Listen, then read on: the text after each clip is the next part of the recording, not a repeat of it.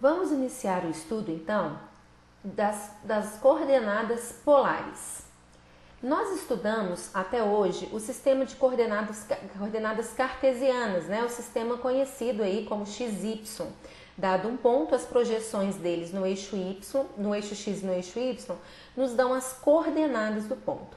O que a gente vai fazer agora é mudar as coordenadas e estudar as coordenadas polares. Nós vamos estudar durante o curso outros sistemas de coordenadas que vão nos ajudar, principalmente, a resolver algumas integrais que no sistema cartesiano fica difícil. Como que vai ser, então, o sistema de coordenadas polares? Dado um ponto de coordenada XY no plano cartesiano, nós vamos pegar da origem até esse ponto um segmento OP. O tamanho desse segmento a gente chama de R. E o ângulo que esse segmento faz com o eixo X a gente chama de θ. R e θ, então, vão ser as novas coordenadas do ponto P, vão ser as coordenadas polares do ponto P, que tinha coordenadas cartesianas x e y.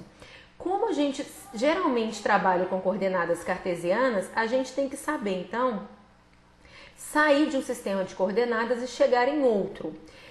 Para isso, a gente precisa de identidades que associem, então, as coordenadas x e y com as coordenadas r e θ.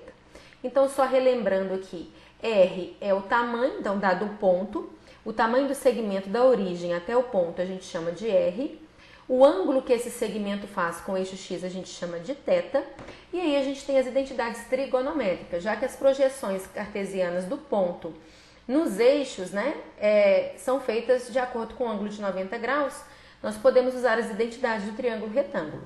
Nós sabemos que cosseno de um ângulo é cateto adjacente sobre hipotenusa. Então, cosseno de θ vai ser x sobre r. E aí a gente consegue, então, uma identidade com a coordenada x. X é igual a r cosseno θ. Fazendo a mesma coisa para o seno do ângulo, que é o cateto oposto, y, sobre hipotenusa r, a gente consegue, então, que y é igual a r seno de θ. Então, aqui a gente teria as duas identidades que relacionam as coordenadas cartesianas x e y com as coordenadas polares r e θ. Fazendo x ao quadrado mais y ao quadrado, como está aqui, nós teríamos r ao quadrado, cosseno ao quadrado, mais r ao quadrado, seno ao quadrado. Colocando r ao quadrado em evidência, ficaríamos com cosseno ao quadrado mais seno ao quadrado, que é 1, e aí a gente consegue também uma outra identidade, x ao quadrado mais y ao quadrado igual a r ao quadrado. Ou então, usando o teorema de Pitágoras nesse triângulo retângulo também.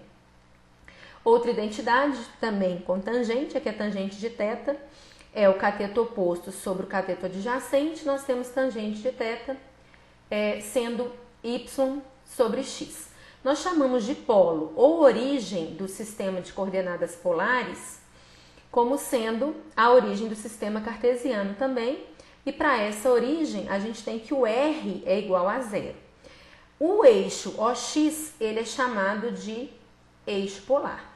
Então, a gente geralmente deixa o x e o y das coordenadas cartesianas só para a gente ter um paralelo entre elas e as polares. Mas as coordenadas polares, elas vão precisar somente do polo, né, que é a origem, e do eixo polar, que é o que a gente chama de OX. A partir desse eixo polar e dessa origem, a gente pode rodar de um ângulo qualquer θ, e aí, por esse ângulo, né, a gente pode andar uma quantidade r qualquer e termos o ponto, então, de coordenadas r e θ. Como eu falei, a gente geralmente deixa o y, mas para o sistema de coordenadas polares, a gente só precisa da origem e do eixo polar para a gente conseguir definir como que a gente vai andar, como que a gente vai proceder dentro desse sistema de coordenadas.